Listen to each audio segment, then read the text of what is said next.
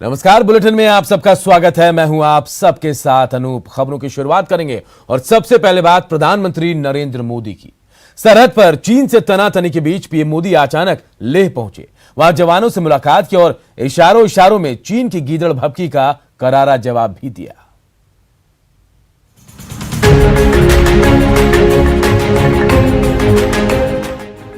किसी को यकीन नहीं था कि सुबह अचानक पीएम मोदी लेह पहुंच जाएंगे। पीएम ने चौंकाया तो जरूर, इसके साथ ही सरहद पर चीन को चुनौती दे रहे जवानों का जोश भी भर दिया। भारत माता की जय, भारत माता की जय। प्रधानमंत्री के साथ सीडीएस विपिन रावत और सेना प्रमुख एमएम नरवाने भी मौजूद थे। पीएम नीमू की फॉरवर्ड पोस्ट पर पहुंचे, वहां की वर्तमान हालात का जायजा लिया। थल सेना, वायुसेना और आईटीबीपी के जवानों से बात की। सेना और वायुसेना के अफसरों के साथ सीधा संवाद किया। सरहद की जमीनी हकीकत को समझा और चीन कहां धोखाधड़ी कर रहा है इसे भी जाना। हर देशवासी का सिर आपके सामने, अपने देश के वीर सैनिकों के सामने आदर पूर्वक नतमस्तक होकर के नमन करता है। आज हर भारतीय की छाती आपकी वीरता और पराक्रम से फूली हुई है। साथियों, पीएम मोदी जहां गए थे उस जगह का नाम नीमू था, जो सबसे दुर्गम इलाका है, जो सिंधु नदी के तट पर 11,000 फीट की ऊंचाई पर मौजूद है। उनके जाने से सेना के हौसले बुलंद हुए हैं। आप जैसे वीर योद्धाओं को जन्म दिया। इससे पहले शुक्रवार को सिर्फ रक्षा मंत्री राजनाथ सिंह का लेह दौरा था, लेकिन गुरुवार को ही दौरा अचानक कैंसिल हो गया। देश के रक्षा मंत्री पीएम के लेह दौरे की तारीफ की और धन्यवाद दिया। राजनाथ ने कहा कि इससे सेना का मनोबल ऊंचा हुआ है। पीएम मोदी लगातार ड्रैगन को घेरने में जुटे हैं। सामरिक, आर्थिक और कूटनीतिक मोर्चे पर चीन को सीधी चुनौती दे रहे हैं। उनका लेह दौरा भी चीन समेत पूरी दुनिया को बड़ा संदेश दिया कि सरहद पर भारत पीछे हटने वाला नहीं है। Bureau report, news 18 network. प्रधानमंत्री नरेंद्र मोदी ने लेह में जवानों को संबोधित किया और उनकी हौसला अफजाई की। पीएम ने साफ कहा कि लद्दाख भारत का मस्तक है और इशारों इशारों में ही चीन को उन्होंने चेतावनी भी दे डाली कि दुनिया विस्तारवादी नहीं विकासवादी की समर्थक है। लद्दाख का तो ये पूरा हिस्सा ये भारत का मस्तक है। 130 करोड़ भारतीयों के मान सम्मान का प्रतीक है। ये भूमि भारत के लिए सर्वस्व त्याग करने के लिए हमेशा तैयार रहने वाले राष्ट्रभक्तों की धरती है। जल, थल, नभ और अंतरिक्ष तक अगर अपनी ताकत बढ़ा रहा है तो उसके पीछे का लक्ष्य मानव कल्याण ही है। विस्तारवाद का युग समाप्त हो चुका है। ये युग विकासवाद का है। तेजी से बदलते हुए समय में विकासवाद ही प्रासंगिक है। विकासवाद के लिए ही अवसर है और विकासवाद ही भविष्य का आधार भी है।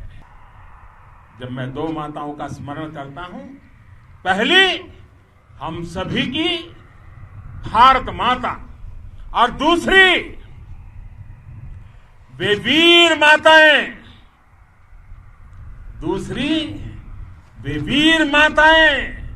जिन्होंने आप जैसे पराक्रमी योद्धाओं को जन्म दिया है।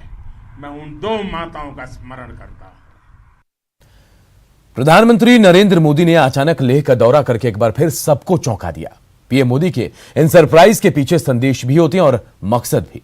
पिछले 6 साल में पीएम मोदी ने 9 बार ऐसे सरप्राइज दिए हैं।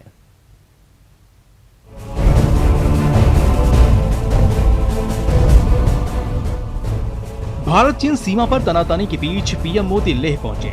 यहां उन्होंने गलवान घाटी की खूनी झड़प में घायल हुए जवानों से मुलाकात की, साथ ही जवानों की खूब हौसला अफजाई भी की। भारत माता की जय, भारत माता की जय। पीएम ने यहां भारत की रणनीतिक स्थिति की समीक्षा की। इससे पहले रक्षा मंत्री राजनाथ सिंह के लेह जाने का कार्यक्रम था, लेकिन उनके कार्यक्रम की जगह पीएम मोदी ने सरप्राइज विजिट कर डाली। पिछले 6 साल में पीएम मोदी अपनी 9 सरप्राइज विजिट से सबको चौंका चुके हैं। मेले में लिट्टी चोखे के स्वाद। इसी साल 19 फरवरी को पीएम मोदी अचानक हुनर हाट पहुंचे और बिहारी व्यंजन लिट्टी चोखे का स्वाद लिया। एलओसी पर दिवाली।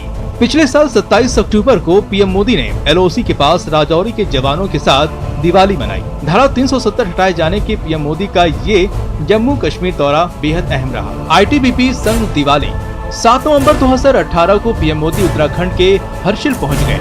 यहाँ उन्होंने दिवाली भारत तिब्बत सीमा पर पुलिस के जवानों के साथ मनाई थी और उसके बाद वो केदारनाथ गए। गुरेज सेक्टर में दिवाली। 18 अक्टूबर 2017 को पीएम मोदी एलओसी पर गुरेज सेक्टर में पहुंचे और सैनिकों के साथ दिवाली मनाई। सुरक्षा बलों संग दिवाली। 30 अक्टूबर 2016 को पीएम मोदी ने हिमाचल के सुमडो का दौरा किया और यहाँ आईटीबीपी सेना और डोगरा स्काउट के जवानों से मिले। सैनिकों के संग दिवाली। 11 नवंबर 2015 को पीएम मोदी अमृतसर के डोगराई वॉर मेमोरियल पहुंचे। यहाँ उन्होंने 1965 भारत पाक युद्ध के शहीदों को श्रद्धांजलि दी और दिवाली मनाई। सियाचिन में दिवाली। बीजेपी के सत्ता में आने के बाद पीएम मोदी 23 अक्टूबर 2014 को सियाचिन पहुंचे और दुनिया के सबसे ऊंचे इस युद्ध क्षेत्र में जवानों के संग दिवाली मनाई। पाकिस्तान का दौरा। सैनिकों के साथ दिवाली के अलावा भी पीएम मोदी नोटबंदी जैसे अपने फैसलों से कई बार चौंका चुके हैं, लेकिन सरप्राइज विजिट के तहत उनका पाकिस्तान दौरा बड़ी यादगार है। 25 दिसंबर 2015 को अफगानिस्तान दौरे से लौटते समय पीएम मोदी अचानक लाहौर उतरे। यहाँ उन्होंने तत्कालीन पाक पीएम नवाज शरीफ को बधाई दी, साथ ही उनकी नातिन की शादी में शरीक हुए। पीएम मोदी ने यहाँ शरीफ के पुश्तैनी घर का दौरा भी किया। Bureau report, news 18 network. और चीन की टेंशन अब बढ़ने वाली है। हिंदुस्तान लगातार अपने हथियारों का जखीरा बढ़ा रहा है। आइए जानते हैं कि लद्दाख सरहद पर तनातनी के बाद कौन कौन से मारक अस्त्र भारत आने वाले हैं।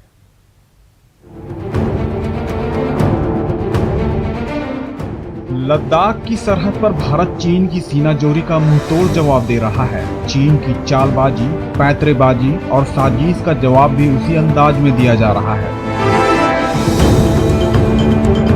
हिंदुस्तान लगातार अपनी ताकत बढ़ा रहा है। भारत रूस से 33 लड़ाकू विमान खरीदेगा। इसके साथ ही लंबी दूरी की क्रूज और मिसाइल भी लेगा। 38,900 करोड़ की यह डील की गई है। राफेल सौदे के बाद भारत की यह सबसे बड़ी रक्षा डील है। वैसे भारत को फ्रांस से 36 राफेल जेट मिलने वाले हैं। पहला राफेल 27 जुलाई को भारत को मिल जाएगा। इसके अलावा रूस जल्द ही भारत के मिसाइल डिफेंस सिस्टम S-400 भी देगा। इजराइल से भी भारत को बराक 8 मिसाइल डिफेंस सिस्टम मिलेगा। भारत ने अमेरिका से M777 का ऑर्डर भी दिया है। सुखोई 30 MiG-29 लेने से टाइम जाया नहीं होगा पायलट्स के ट्रेनिंग में। रफाल 30 का फ्रांस से अर्ली डिलीवरी, पहले क्वांटिटी 4 था, अब 6 आएगा। जुलाई के पहले उम्मीद है जुलाई में इसी महीना आ जाना चाहिए।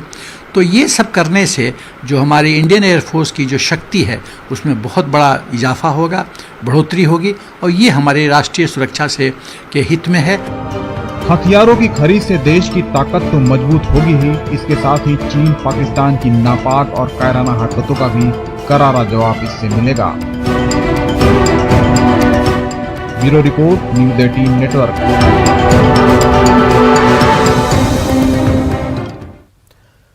और बिहार विधानसभा का मानसून सत्र बेहद छोटा होगा। इस बार सत्र 3 अगस्त से शुरू होकर 6 अगस्त को खत्म हो जाएगा। विधानमंडल के इस सत्र में 4 बैठकें होंगी और साथ ही सत्र में सोशल डिस्टेंसिंग का पूरा ख्याल रखा जाएगा। आज कैबिनेट की बैठक में इस पर फैसला लिया गया। कोरोना वायरस के चलते हम लोग आदरणीय मुख्यमंत्री जी हैं जो स्पेसेस ज़्यादा जगह जहाँ हो वहीं पर हम लोग सत्र चलावें, तो मैं समझता हूँ कि इसीलिए सत्र छोटा किया गया है। और चूँकि बिहार सरकार का जो भी काम होगा इस सत्र में पूरा हो जाएगा, तो 3 से 6 अगस्त तक, 3 अगस्त से 6 अगस्त तक चलेगी। आवश्यकता पड़ेगी तो और स्पीकर साहब सब पहुंचेंगे बिहार विधानसभा को, तो उसको बढ़ा भी सकते हैं। आरजेडी के 15 साल के शासन पर तेजस्वी यादव ने बयान दिया। कहा, अगर कोई गलती हुई हो तो माफी मांगते हैं। तेजस्वी के बयान पर बिहार की सियासत गर्मा गई। एनडीए नेताओं ने लालू परिवार पर निशाना साधते हुए कहा कि सिर्फ माफी से काम नहीं चलेगा।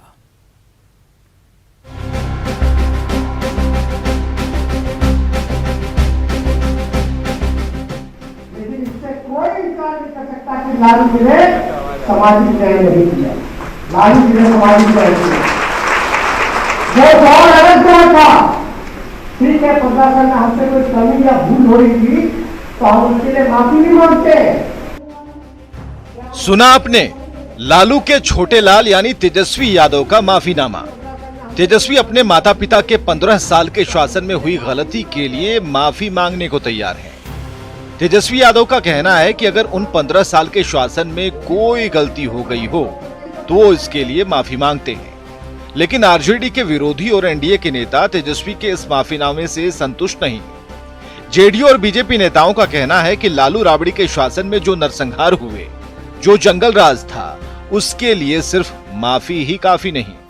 विपक्ष के नेता भ्रष्टाचार के राजकुमार, माफीनामा नहीं गुनाहनामा। कौन है गुनाहगार?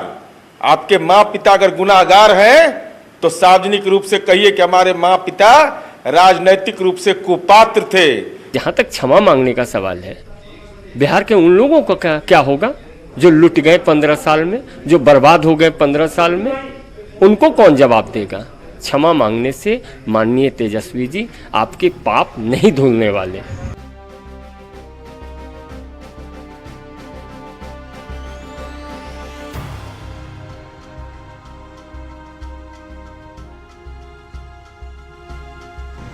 लेकिन अब हमारे 15 वर्ष का ही हिसाब एनडीए के लोग मांग मांग के अपने 15 वर्षों तक सत्ता का मलाई खा लिया नीतीश कुमार जी के नेतृत्व में एनडीए, बीजेपी, जेडीयू ने।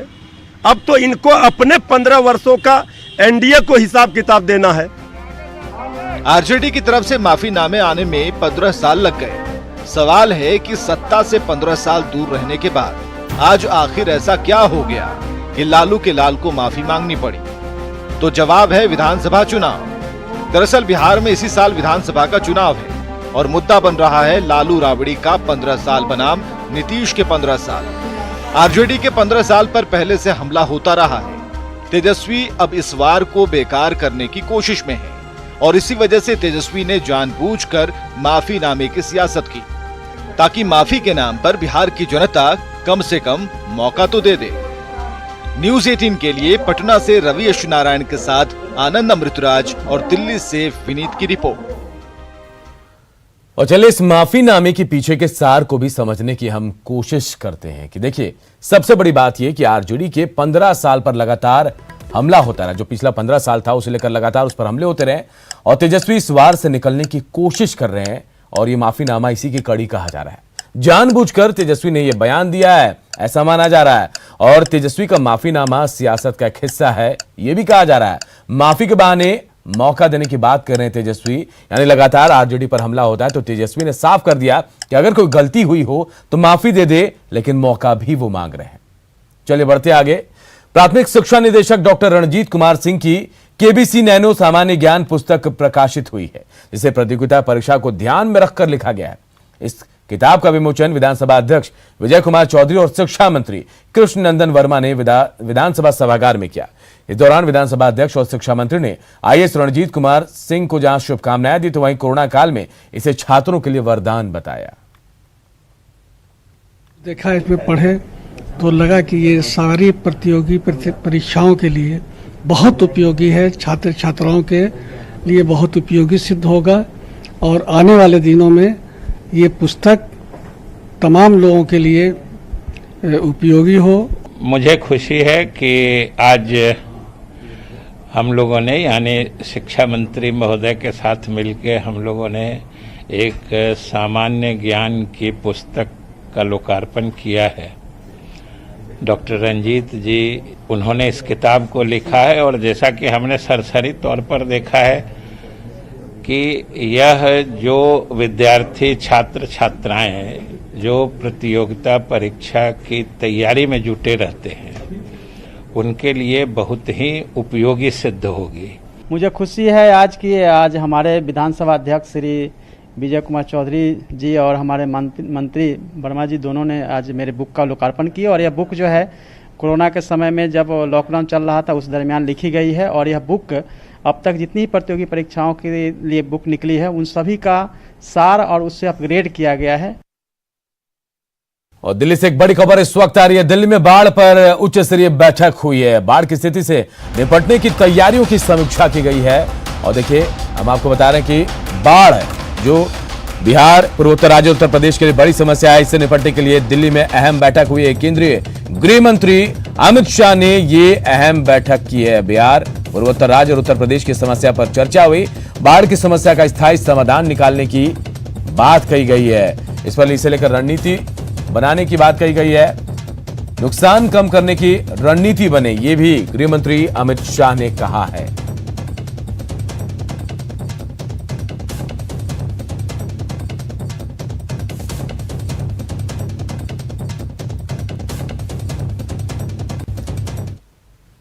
पटना के महावीर मंदिर ने कोरोना वायरस के संक्रमण से बचने के लिए अनोखी पहल की है। यहां मंदिर समिति ने श्रद्धालुओं को चरणामृत देने के लिए एक मशीन लगा दी है।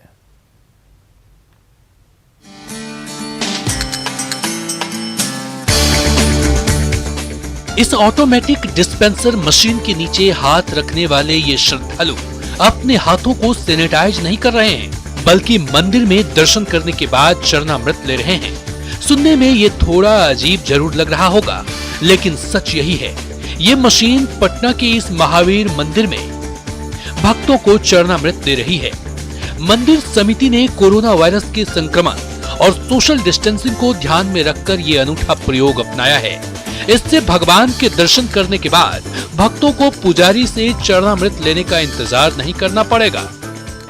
इसके महामारी की वजह से हम लोग ऑटोमेटिक सिस्टम द्वारा चरणोदक की व्यवस्था किए हुए हैं, जिससे भक्तों को चरणोदक प्रसाद भी मिल सके। मशीन से मिलने वाला ये चरणामृत लवंग, छोटी इलायची, केसर, जावित्री, जायफल, तुलसी रस और खाने वाला शोधित पंचकपूर का मिश्रण है। भक्तों के लिए चरणामृत मशीन ही नहीं, मंदिर समिति ने मंदिर में भगवान के दर्शन के लिए अल्फाबेट सिस्टम भी खत्म कर दिया है, जिससे किसी भी नाम का भक्त दर्शन करने आ सकते हैं। वैसे महावीर मंदिर की ये पहल भक्तों को काफी पसंद आ रही है, क्योंकि इस अनोखे तरीके से उन्हें भगवान का पवित्र चरणामृत भी मिल जाएगा और प्रसाद वितरण में सोशल डिस्टेंसिंग भी कायम रहेगी। Bureau report, news 18 network.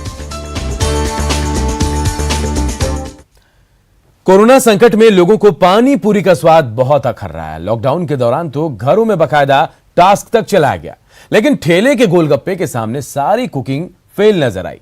ऐसे में पानी पूरी भी मिल जाए और वायरस का कोई खतरा ना हो तो क्या कहने।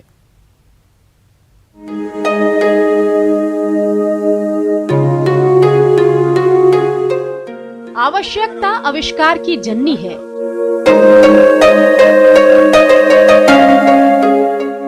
ये कहावत बहुत पुरानी है और हमेशा सार्थक भी रही है।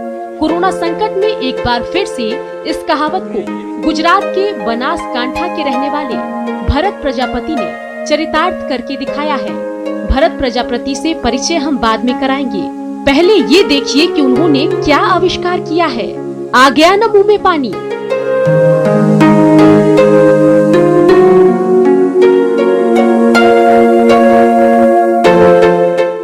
जी हाँ, चटपटे पानी से भरी ये पानी पूरी वाकई में मशीन से निकल रही है, वो भी बिना ह्यूमन टच। बस उठाइए और मुंह में रख लीजिए। इस पानी पूरी मशीन को मात्र 10वीं तक पढ़े भरत प्रजापति ने बनाया है और इस मशीन को नाम दिया है ऑल टाइम पानी पूरी ATM। इस मशीन की प्रेरणा भरत को कहां से मिली, वो उन्हीं की जुबानी सुनिए। मैंने 10 तक पढ़ाई की है और इस मशीन को पहले से मेरा सपना था कि मैं एक ऐसा मशीन बनाऊं जो दुनिया में कहीं नहीं आया है, इसलिए मैंने एक पानी पूरी का मशीन बनाने का तय किया है और इसके बाद इस मशीन को बनाया है मैंने। ऑल टाइम पानी पूरी ATM का उपयोग करना बेहद आसान है। आपको जितने की पानी पूरी खानी है, इसके लिए पहले आप मशीन में उतने रुपए डाल दीजिए और बस कुछ सेकंड के इंतजार के बाद एक एक करके तैयार पानी पूरी आपके सामने होंगी। इस मशीन की पानी पूरी के स्वाद के साथ लोग भरत के हुनर की भी तारीफ कर रहे हैं। उन्होंने लॉकडाउन का सदुपयोग किया है और आज पूरे गांव में जब ये बात फैल गई है तो पूरे गांव में खुशी का माहौल है। और ये तो पूरे गांव की बात का है, ये तो हमारे तहसील, जिले और हमारे देश के लिए भी गर्व की बात है कि कोरोना संकट में ऑल टाइम पानी पूरी एटीएम का भरत का आइडिया अब धीरे धीरे फेमस हो रहा है और आने वाले समय में हो सकता है कि आपके शहर में भी पानी पूरी एटीएम नजर आ जाए। Bureau report, news 18 network. Kashmir के मालबाग में आतंकी हमले में हुए शहीद जवान कुलदीप उरांव का पार्थिव शरीर रांची पहुंच गया है। रांची के सेक्टर 2 स्थित सीआरपीएफ 133 बटालियन में साहिबगंज के सीआरपीएफ जवान को श्रद्धांजलि दी गई। राज्यपाल ने शहीद को श्रद्धांजलि दी। सुबह 7 बजे रांची से हेलीकॉप्टर से शहीद जवान कुलदीप उरांव के पार्थिव शरीर को साहिबगंज भेजा जाएगा।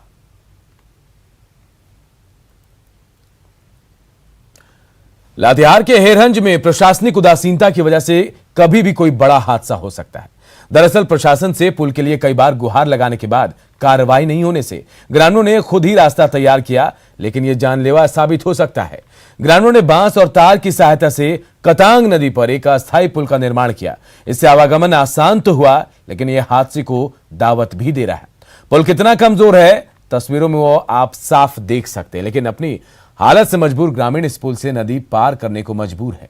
ग्रामीणों का प्रयास सराहनीय जरूर है, लेकिन विकास का दावा करने वाली प्रशासनिक महकमे के लिए यह पुल सवाल जरूर खड़े कर रहा है।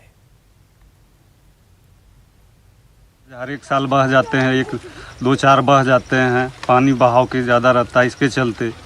और पुल भी है तो एक चक्कर घूम के हम लोग को 20 किलोमीटर पड़ता है। तो यही हम लोग को सबको बैठक की और बरसात में जब बीमारी है, हम जानते हैं कि बीमार, और उसको भी सही समय पर इलाज नहीं हो पाती थी। इसके चलते हम लोग ग्रामीणों ने सब कोई बैठ के एक निर्णय लिए कि हम लोग क्यों ना पुल बना ले। और इस बुलेटिन में फिलहाल इतना ही, लेकिन खबरें लगातार जारी है। देखते रहिए न्यूज़ 18 बिहार झारखंड।